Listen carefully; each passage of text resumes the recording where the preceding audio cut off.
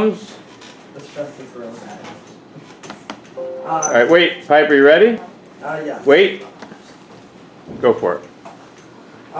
My project for the project was urban slums. A brief history of slums. Slums have been around since the Mesopotamian era.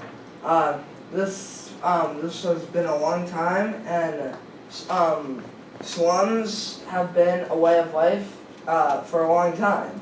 So, and they even have shaped their culture, because they are a permanent part of history. The population is growing fast. Some slums are growing by 1 million people per week.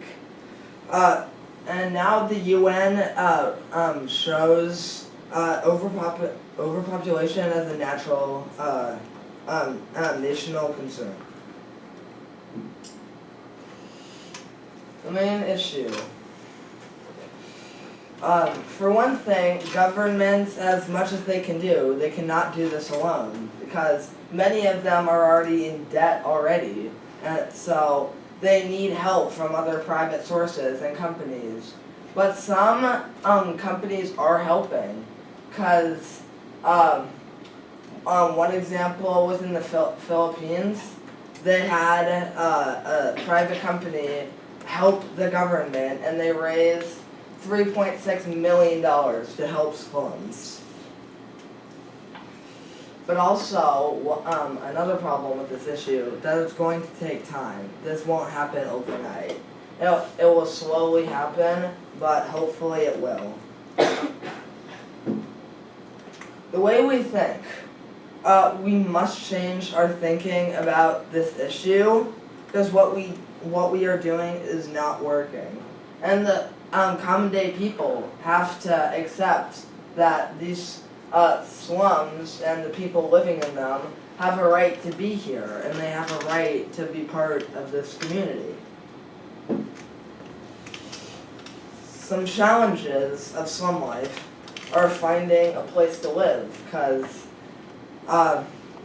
slums are very tightly packed, and there's not a lot of places to live. And if you do find a place to live, it'll be like a small shack about the size of the back room.